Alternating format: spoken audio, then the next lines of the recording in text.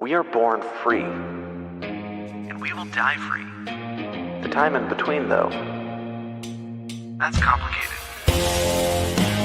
In that time, governments, institutions, and our egos will limit our ability to find true freedom in this life. These are real stories of real people overcoming the odds, persevering in justice, and unlocking their potential. Welcome to Finding Freedom. Here's your host, John Oderman.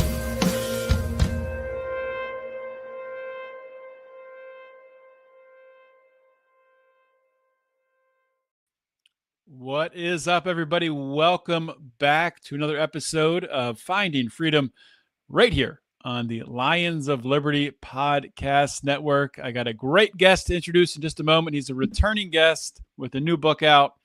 Just a minute, I will introduce him.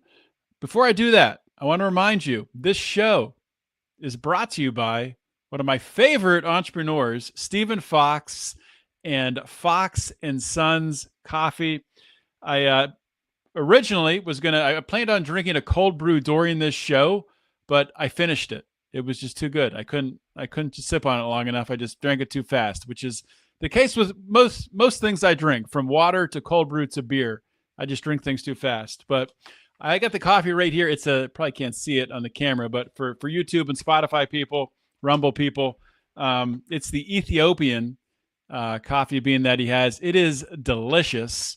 With I'll read the tasting notes here. It's got berries. It's a tasting notes of berries, sweet floral with a mild cocoa finish. It is delicious. Like I said, I made it into a cold brew, but I'm sure it'd be good just any way you make it. Anyway, all of Stephen's coffees there at Fox & Sons. You can get 15% off.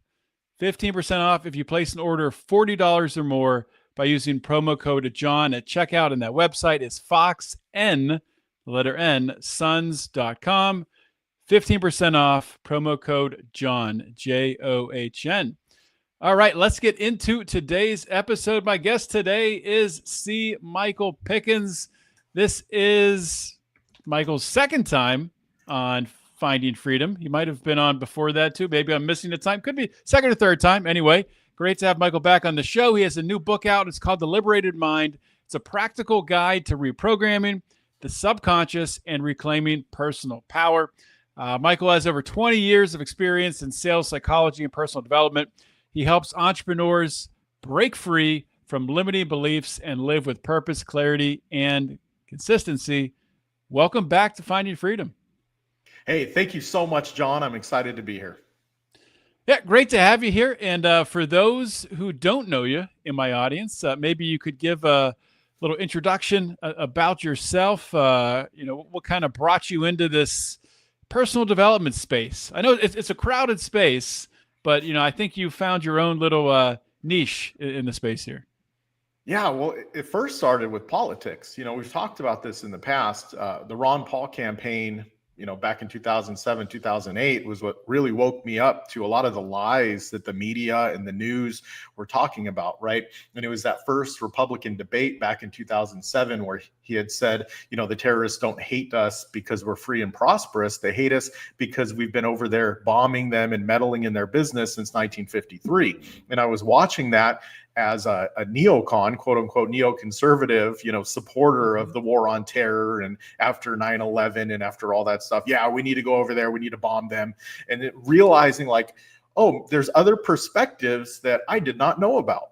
So I started going down the rabbit hole, right, of all the quote unquote conspiracy theories that some are true and some are, mostly true.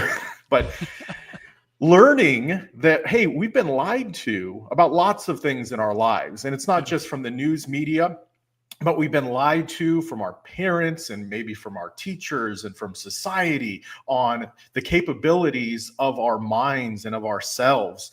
And what really got me to the point that I am right now is understanding that a lot of people live in mental slavery, right? And there's Bob Marley song, "Liberate your mind from mental slavery. None but ourselves can free our minds," right? And it's all about realization that maybe the things that we've known growing up aren't true. And maybe the things that we've learned in school and these limiting beliefs that we've been programmed with have been holding us back. And once we understand that the capabilities of our minds can be so expansive and that we've been held back for such a long time, and then once you realize that, you have to just open up to the possibility that you may be living a life that isn't your true, your true desire, right? So understanding that and kind of, going back through politics and realizing, libertarianism is a thing and it's not something, they don't teach freedom in school. They don't teach true freedom. They don't teach the non-aggression principle. They don't teach self-ownership. They don't teach personal sovereignty. They don't teach any of that stuff. And there's a reason why they don't teach it, because they want to build slaves. They want to build good serfs to the system that they've created. We're just free range tax slaves, right? Right. I can keep going. Is there something that you want me to touch on as far as that goes? I think just one thing I want to touch on first of all, which I think is something that all libertarians I think could benefit from, considering, is that you heard those ideas from Ron Paul. And yes, you got involved in politics. You got involved in the Libertarian Party. I did as well for a while. And not to say there's anything wrong with doing that. I think there's a time and a place for politics, right? But you kept going with it and questioning more and looking into other aspects of life.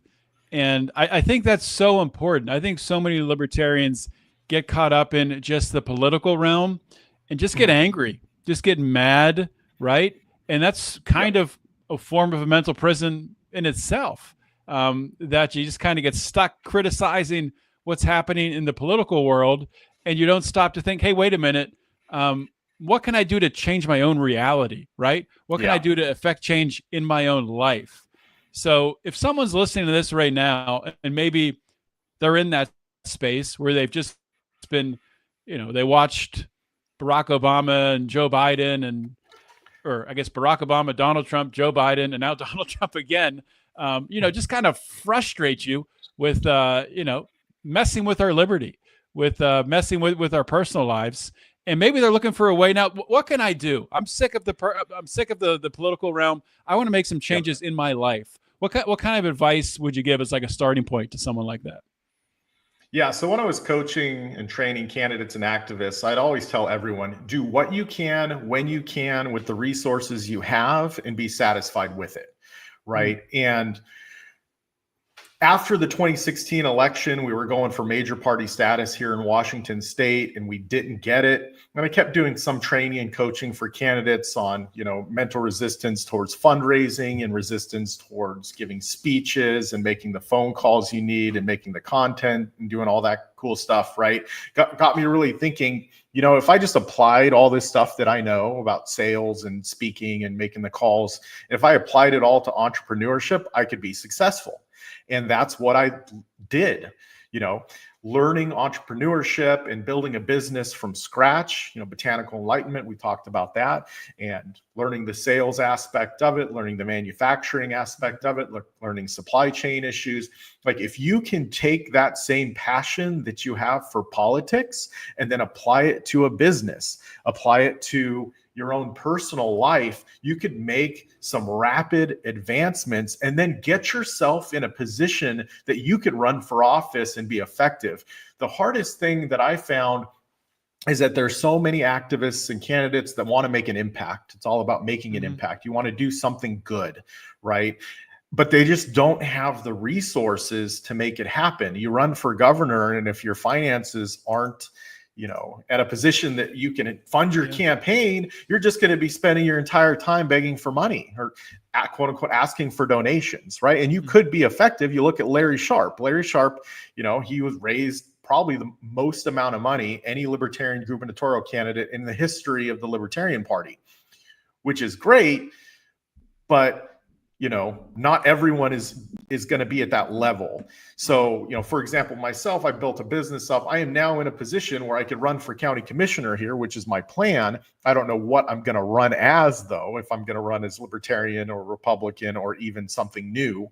I haven't decided, but I have enough funds. Maybe America Party, maybe the America Party, maybe the We the People Party, I don't know. I don't know yet, but I do know that I have enough money coming in that I can fund my whole campaign myself. I can pay for all the mailers. I can pay for the ads. I can do all of it myself when I'm ready to do it, because I invested my time into personal development and my time into building a business. Like right before this call, I just got off another call with Bob Berg who wrote the Go Giver series and Endless Referrals and all that stuff. And he's like one of my coaches and mentors, right? He's also a libertarian. He doesn't, he's not in politics, but he focuses on entrepreneurial coaching, right? So if you want to make an impact, focus on yourself first and get yourself set up to where you can make an impact. When I run for office, I'm not going to be begging for donations. I'm going to be going out begging for votes, or at least building relationships to get the votes that I need to win the election. So, that would be my advice to anyone wanting to make an impact in politics. So go out, build relationships in your community, and use those relationships to build your business first and get that revenue going. Because once you're comfortable with the revenue coming in, then you'll be able to invest in your campaign. I love that. And that's I think I've heard it said that the Libertarian Party, what they're missing, and you might not like this term. I think it's pretty descriptive. Libertarian Party's elites, those who are running for office, those who are running for governor, running for president, they're just not impressive people. And that's not to say they're bad people. There's anything wrong with them. They might be wonderful people, but they haven't done anything impressive. They haven't built a business. They haven't, they haven't innovated. They haven't created. You look at the Republican and the Democrat Party to some extent, but you have people who have built massive businesses who have had tremendous financial success. That's not to say that is a measuring stick alone for them being a better person.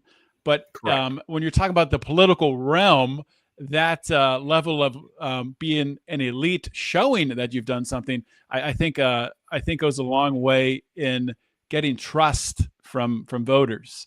And I guess to take this to dig a layer deeper, we're talking about personal development. You've written this book it's called The Liberated Mind, right? Liberating your mind. So somebody listening to this, they're ready to make that change. Maybe they want to start their own business. They want to make radical change in their life.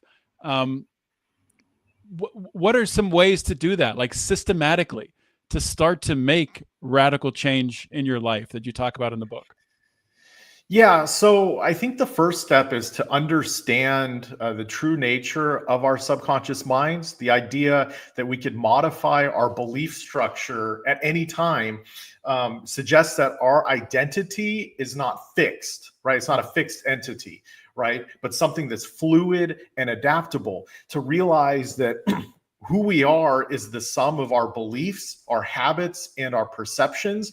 And it basically means that at any given moment, we can make a conscious decision to learn a new skill, to learn a new habit, to start shifting things, to make a decision to be someone different, right? To change the career path that we're on, to change the way we communicate with other people at any time. And this is scientific.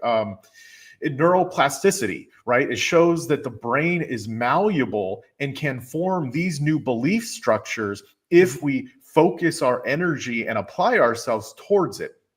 And a lot of times, we're brought up with these certain belief structures. And for me, it was the idea, both of my parents put value in government education. My mom is a teacher, my dad's an electrical lineman, but they both obviously went to college for their careers. And they decided, for me to have value, I needed to be successful in school. For me to be successful in life, I needed to go to college, which wasn't something that I really wanted to do. I went into construction first, and then entrepreneurship after that. And in the beginning of going into entrepreneurship, there was a lot of things that I didn't know about. And I came into it with this belief that I only had value if I went to college. So there were some mental blocks that I needed to get over myself that was programmed there when I was a kid. Now, I know some other people who are entrepreneurs where their parents were entrepreneurs, and it was easy for them to step into that role as being an entrepreneur, as being a business owner, right? Because if you're brought up in that household, or the idea that there's value in that, then it's going to be a lot easier for you. So a lot of times, most people have a bunch of negative subconscious programming that they have to overcome first, right? That they have to identify where these thoughts come from. And then once it's identified, they have to install a new belief structure, right? In the subconscious mind, it's a living, growing thing. It's not a static object. So understanding that we can become something new, we can become something that we're choosing to be in life, whether or not we were programmed to believe it. I think that's the very first part. Yeah. And that's, I mean, people might, if someone's hearing that for the first time, it might sound like, totally foreign. But this is something that I've actually been looking into a lot myself recently. I know last time we had you on, we talked about it some. I don't know if you're familiar with Mike Murphy. Have you heard that name, Mike Murphy? No. I had him on. He created down in, is it in Panama? Mountains of Hope. But he wrote a book, which the name is escaping me right now, which I read, which is also very good. But anyway, point being that, like you talked about, this is scientific, right? This has been studied. Yeah. This is not some woo-woo stuff that I think in the past, maybe 15, 20 years ago, that's how this was looked at in general, not obviously everyone was looking at it that way. But it's helped a lot of people. And this is something that's accessible to anyone. And, there's books like you just wrote a book on it, which people can buy right now, but there's information everywhere for people to start to learn about it, to take action. One thing that in my own personal life that I struggle with, and I'm sure most of the people listening struggle with this too, is just the onslaught of information we deal with on a daily basis. And the overwhelm from it, be it from social media, be it from news stories, real news stories like the flood that just happened in Texas. I know there was one that just happened in New Mexico too, which, it can be distracting, looking into these tragic stories, and it can really sap your energy, sap your focus. And also in same lines with that, we have AI. So we have things that aren't even real now that people create, videos, people talking, pictures, images that look totally real that are 100% fake. But bottom line is that there's just so much competing energy out there for our attention. What are some ways that you've identified that we can combat against this, to really take ownership and to protect ourselves, to guard the gates? Yeah, so this is actually something that I have a few coaching clients that I coach, and this is probably the number one issue that they have to overcome in the beginning, right? Is that there's so many things trying to grab their attention, but at the end of the day, we have to allow it. You actually have to open up Facebook or Instagram or X or whatever. You have to go there and do it yourself. So it's not like they're controlling you. You have to understand that you consciously or subconsciously, because you've programmed yourself, to look at your phone constantly or consistently, or it just becomes a habit, right? So you have to overcome that. Now, there's a couple of apps that do that you can lock your phone from a certain period of time to a certain period of time. And when you do that, you can pull your phone up and then try to go to it, and it won't allow you to. You actually have to go into the app to open it up now and unlock your phone, basically. So it'll help interrupt that habit. And when you understand that what you pay attention to is what you're going to give power into your subconscious mind. Everything around you, your environment, the news media, the music you listen to, the shows you watch on TV or streaming services, they are all choices that we make, right? And whatever you put into your subconscious mind is going to come back out. The way that I look at it, and I refer to it in the book, is the bucket analogy. Let's say you have a 5-gallon bucket and you have 2 hoses, and one hose spills out nasty, dirty, mucky water, and the other hose spits out clean, clear, pristine water. So the hose with the nasty, mucky water, that's that social media. That's that negative music talking about whatever that doesn't serve you. That's the shows. It's just garbage, trash TV, right? That's that negative subconscious programming. Maybe it's a negative person that you work with or you're related to, or a friend that is just always negative, right? That's that hose, the nasty, mucky water. And then you have a hose that spits out clean, clear, pristine water. And that's your goal in life. That's the stuff that you know will benefit you, the new skill that you're trying to study, the book that you're supposed to be writing, the sales calls that you're supposed to be making. That's the good hose. So whatever you pour into the bucket, that's what's going to overflow back out into your life, right? And if you're watching, a good example of this is, you ever see, like, there's horror shows and there's true crime documentaries, and there's these people who are addicted to true crime documentaries. Oh, yeah. And as they start watching them, they start to gain a base level of anxiety in their life. Like, they're constantly walking around with this anxiety, and then they get on, anxiety meds, and it's like they don't realize that they've caused this to themselves. But that's that overflowing water that's the outside of the bucket. That's your life, right?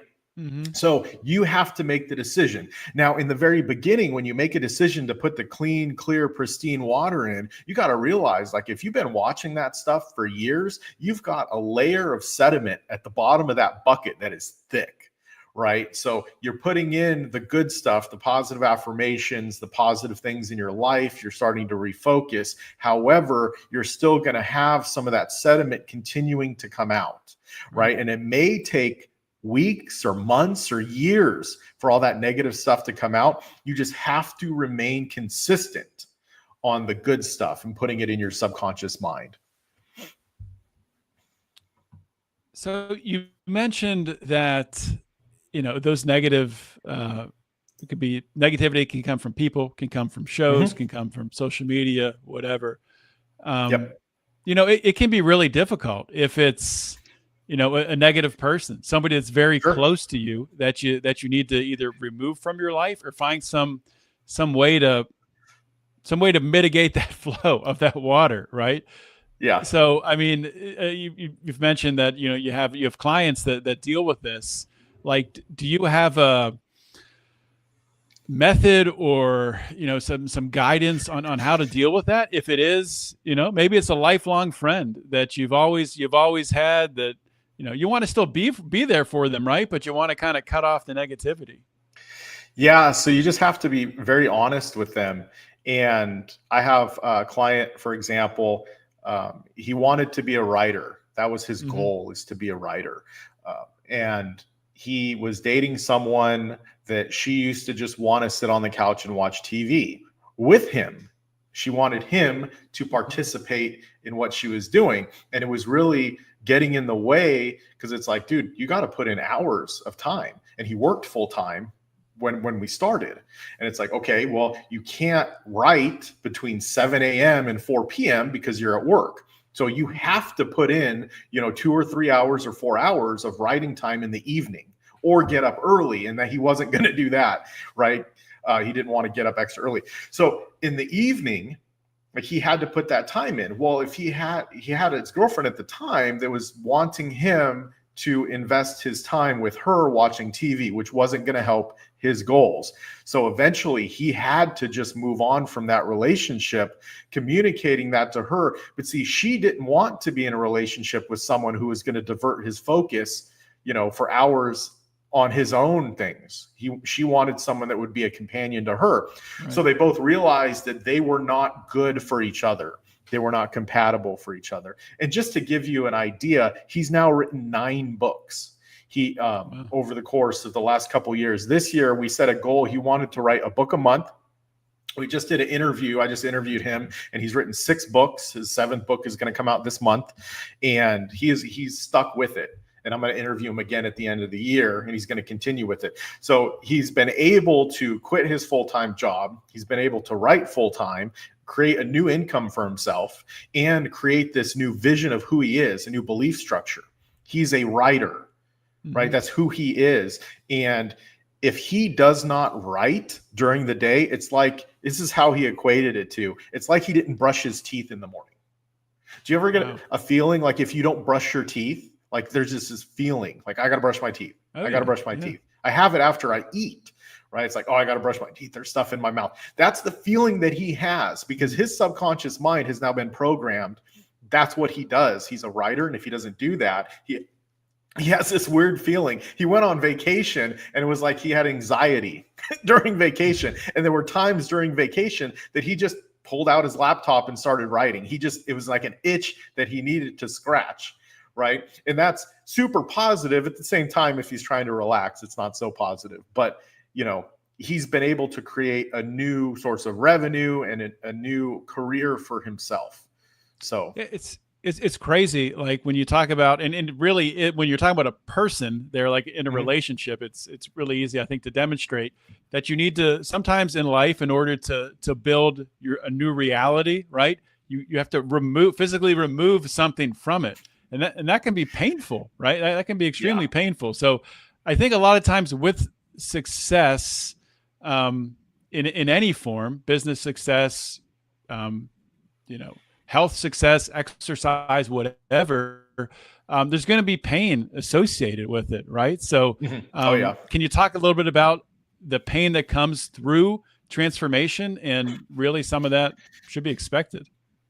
Yeah, absolutely. I'm actually writing a couple other books, but one of them is on suffering.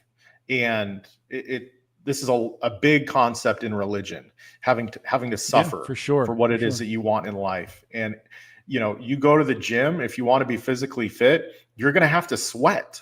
You're going to have to put the time in and the energy in, and your muscles are going to be sore. And it's the same thing with anything that you want to do in life. You're going to have to put the time in to make it happen and make it a reality. If you don't do that, then it's not going to be a reality, and you're not going to see that in your life. And the way that I look at it is that we only live once. As far as I know, there could be an afterlife, a heaven, there could be, reincarnation. I don't know. But I do know right now that, one of my mentors told me back when in my early 20s, it was Jack Canfield, and he said, you have a terminal illness. And, what does that mean? It's like at 20 years old, I went through his coaching program, and it's like at 20 years old, I maybe have 60 or 80 years to live, right? And then that's it. So if we look at it like that, as we all have a terminal illness, so we better take action today to go after the life we want. Because if you've worked with anyone that's worked in a nursing home, or anyone that has worked in like a what are those places called where you buy your casket and all that other stuff. It's like funeral home, right? If you've worked with anyone or anyone that's been in that industry, they'll tell you that the people in nursing homes, they have regrets. They have lots of regrets in their lives. And it's sad because they've gotten to the point where they can't do anything about it. They can't go out. They can't, build a business. They can't do the thing on their bucket list. They can't do it. They've wasted their life in front of the TV, or they've wasted their life in negativity or working a dead-end job because they didn't take risks to go after what it is that they want. So it's rather unfortunate. There was another quote about that, if you shoot for the moon and miss, at least you'll end up amongst the stars, right? But if you never shoot for the moon, you'll just be stagnant and stuck wherever you're at. Yeah. Goals are important, right? And so much, I think more now than ever, or maybe just getting older and understanding society a little more. There is so much pressure to conform, and it's crazy once you start just observing it, how everyone around you is just trying to conform to this world, trying to Yeah. just trying to fit in, just trying to go along, not to stand out, not to step out of line.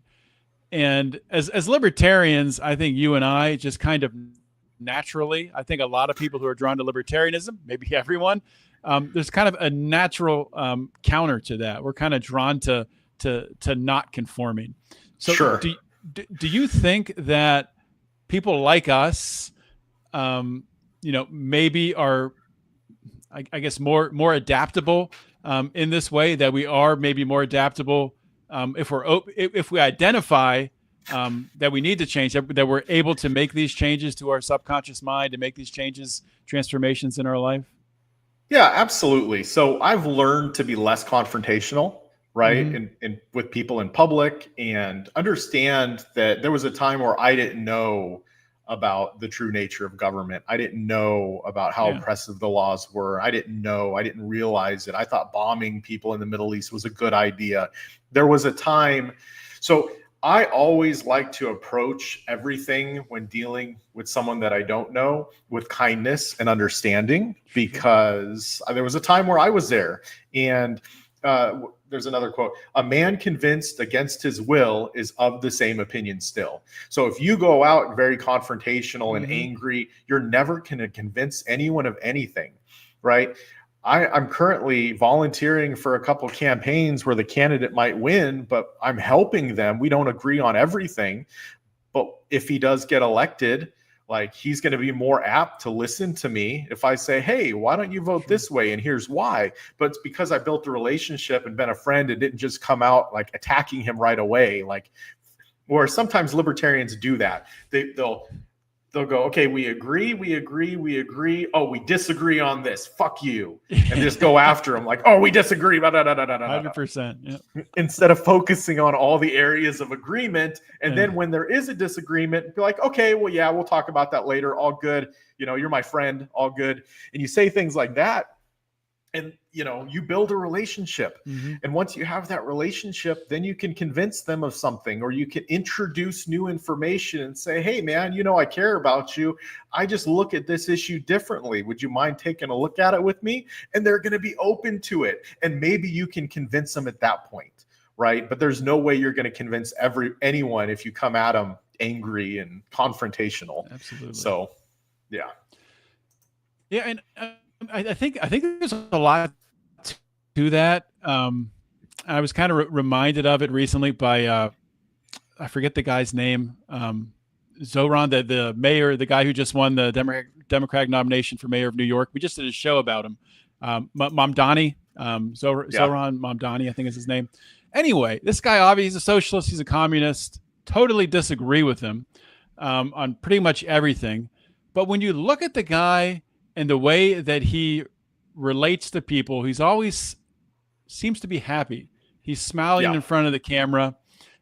He gives off a vibe and energy that he's content. When they asked him in the debate if he wants to go to a foreign country, what foreign country, he said, I'll stay here in New York and help and take care of my people. I think that people on libertarians, people on the right, conservatives, people that I align with, could take a lot from that, could learn a lot from that. In order to get people to agree with you and to bring them towards your side of the aisle, you got to be nice. You got to be a likable person. You got to be someone that people can relate to. And I think too many libertarians have forgotten that. It's all, my friend Brian Nichols, who joined the network here at Lions of Liberty, he's a sales guy. He understands sales inside and out. If you're trying to make a sale, you're more likely to be able to sell that product or service to someone if they like you. So I don't know why we forget about this with politics. Yeah, so I'll definitely touch on that, because I would teach sales when I was coaching candidates.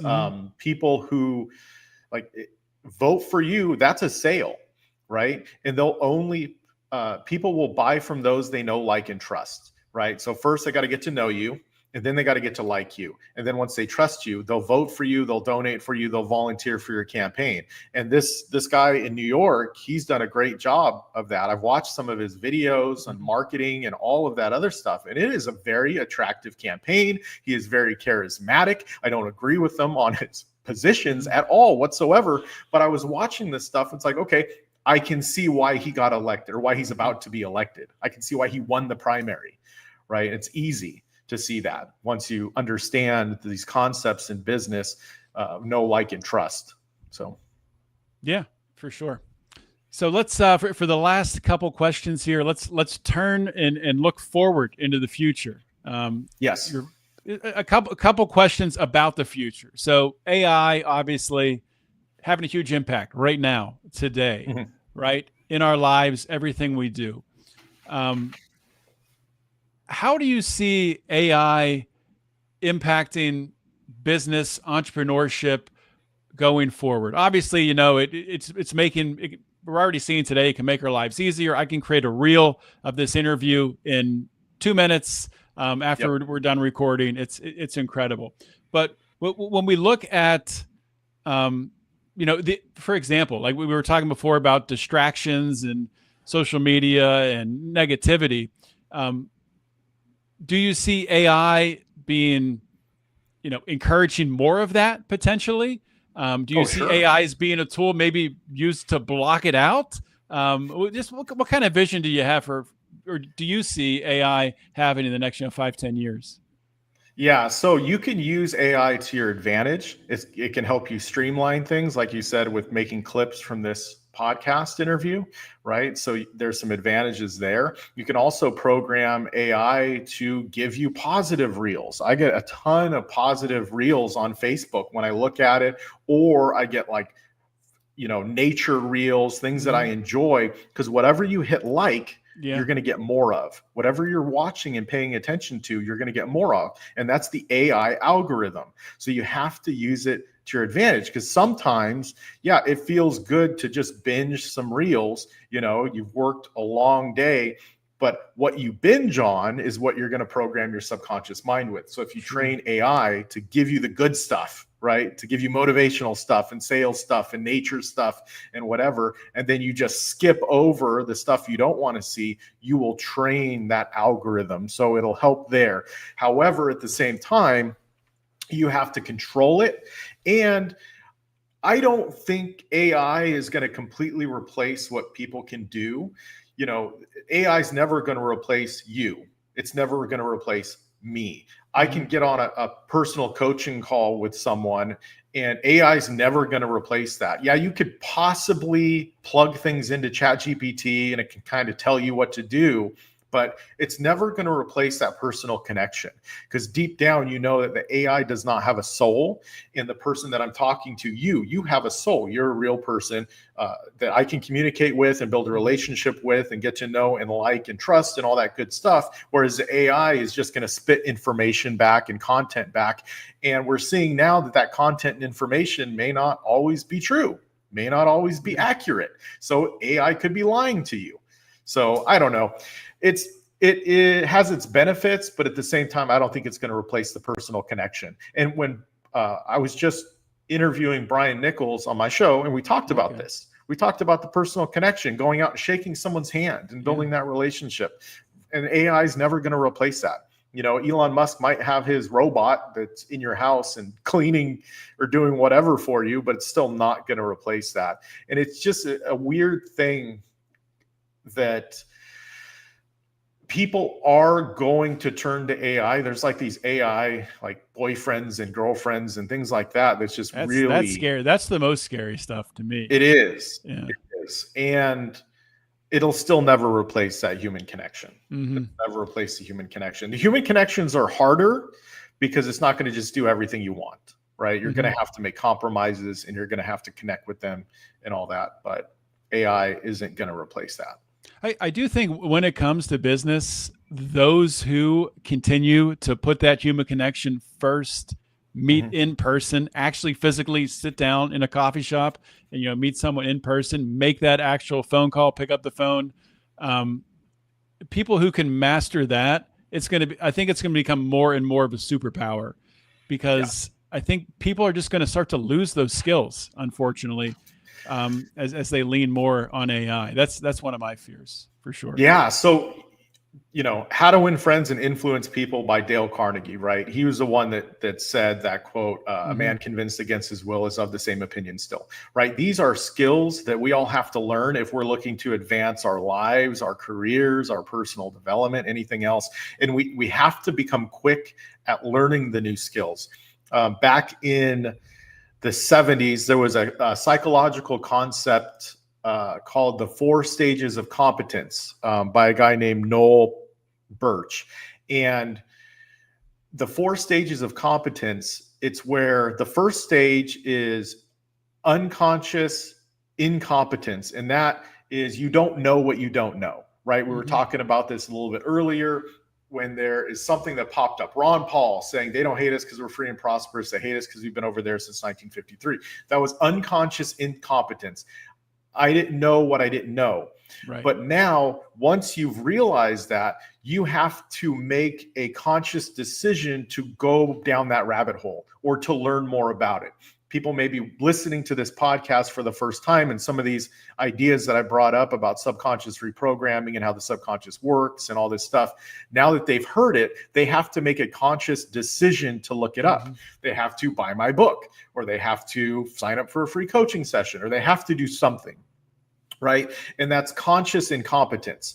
That's where you know that this is a path you want to go down, and you have to consciously take steps down that path. So you're consciously incompetent. That's stage number 2.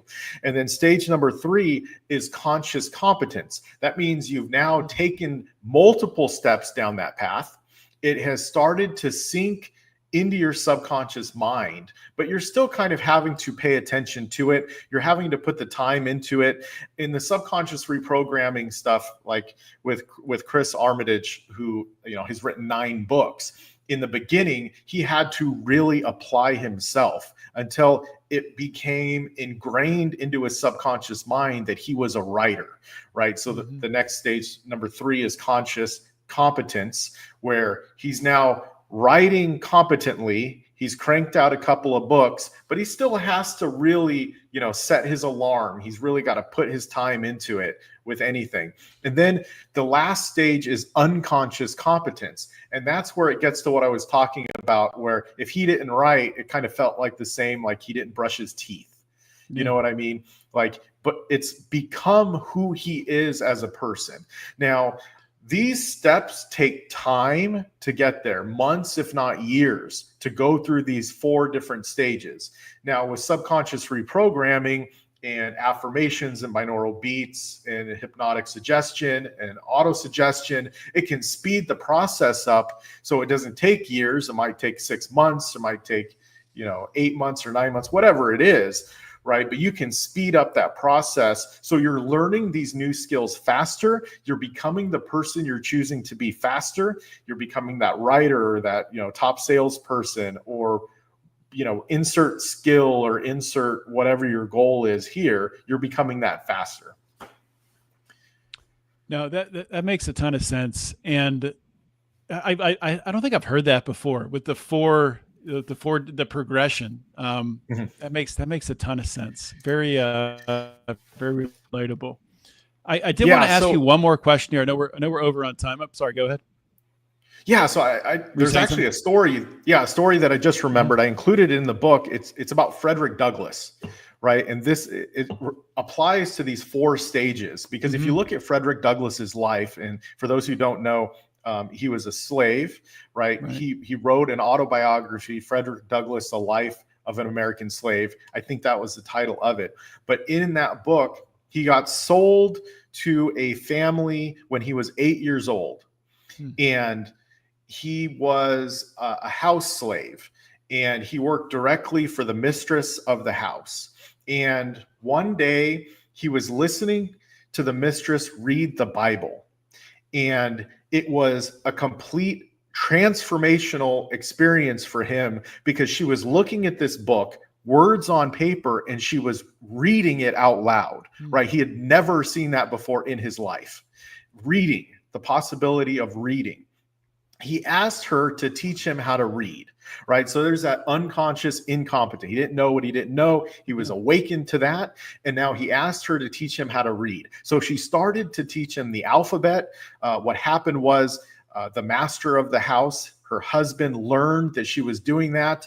And he had a conversation with her, told her that she would ruin the slave if she taught him to read. And he heard this conversation, and that really sparked his interest. So he became determined to learn how to read. Like, he befriended white children in the neighborhood. He would steal newspapers, and he learned how to read over the course of years. And he became consciously incompetent first, and then unconsciously competent. He read stories about ending slavery and desegregation and all these things that were in the newspaper, right? And over the course of his life, he eventually wrote his autobiography, but he had said, reading made him unfit to be a slave. And it really opened his mind to new possibilities. And we can apply the same thing with personal development and whatever it is that we want to learn, because we all can read. We've got the skills already to transform our lives. We just have to apply it. So that's a super motivational story that I learned. And it actually inspired the title of the book, Liberate Our Mind, because he was liberated through reading. Yep. Yeah. I hadn't heard that story. And hopefully, after almost 500 episodes of doing this show, I've become unconsciously competent at podcasting. Yeah, absolutely. I think you have. I guess we'll let the audience decide that. But Michael, before I let you go, let everybody know where they can buy your book, where they can, find your consulting business to sign up for that, or anything else that you have. Sure. So you can find the book on Amazon. I would highly recommend getting the audio version on Audible. That is in my voice. I recorded the whole thing. Awesome. It was a fun experience for me to do that. So it's titled The Liberated Mind by C. Michael Pickens. So C. Michael Pickens. You kind of have to search correctly, or some other books will pop up.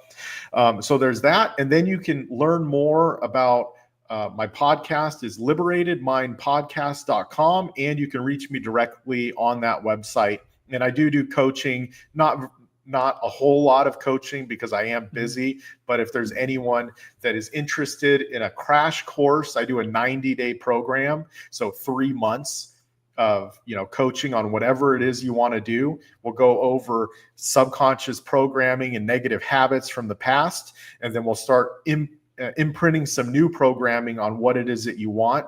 And then by the end of that, they'll actually learn how to do it themselves. So they don't need me anymore. And that's one thing that I hate about modern day therapy, is that the therapist tries to get you to come back over and over and years at a time. I like to teach people what it is they need to know. So once they reach that next level, they can do the reprogramming on their own, and they don't need me for it. So yeah, I love that. That's what it's all about. Coaching people in order to get to the point where they don't need your coaching anymore. That's what That's what it should be, right? Absolutely. So, all right, Michael. Well, thanks for coming back on the show. This is an awesome book. I want to encourage people to pick it up. I will link to it on the show notes page for this episode here at lionsofliberty.com. So if you don't want to worry about searching for it, you can just go to Lions of Liberty and find the link there.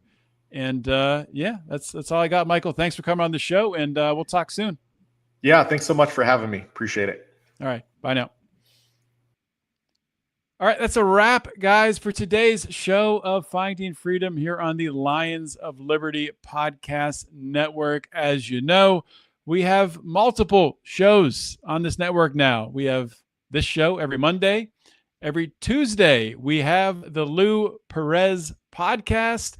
Every Wednesday, Brian McWilliams with Mean Age Daydream. Every Thursday, Brian Nichols and the Brian Nichols Show. And every other Friday, we have Politics. That's politics spelled with tick, T-I-C-K, at the end, like the blood-sucking insect, because that's what all politicians are. And, of course, you can help us out tremendously to grow our politics show, our politics podcast, by subscribing not only to the Lions of Liberty network feed, but to the solo politics feed. We're trying to get that up and running and get more traction. I think that's all I got. There's a lot of plugs there, but thank you for listening. Hopefully you learned something today. I know I did. Go pick up Michael's book, and I'll see you all next week with another great interview. In the meantime, always remember to keep your head up and the fires of liberty burn.